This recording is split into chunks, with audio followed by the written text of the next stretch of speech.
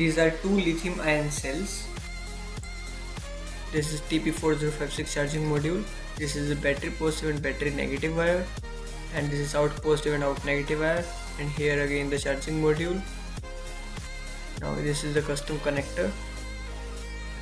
Now if you want to get 2000 mAh and 8.4 volt, connect according to the first mode, and if you want to get 4000 mAh and 4.2 volt, connect according to second.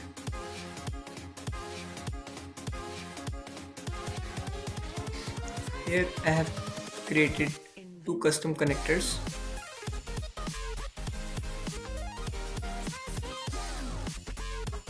This connector is for the parallel combination, and this one is for the series combination.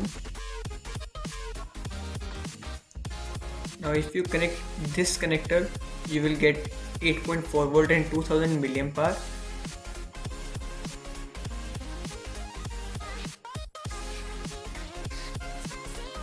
And if you connect this one, you will get 4000 mAh and 4.2 volts.